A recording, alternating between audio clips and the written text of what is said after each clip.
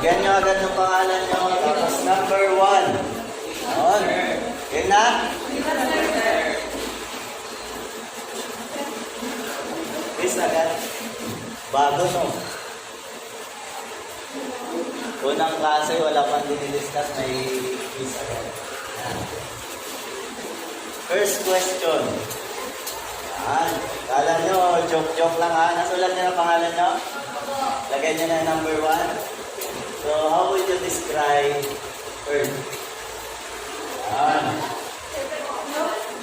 Tagalog, how would you describe Earth? O, how do you describe Earth? Tagalog, o ano? Kahit ano isagot ninyo. Walang, kung ano yung pagkaunawa ninyo dun sa tanong ko, yun yung ilagay ninyo.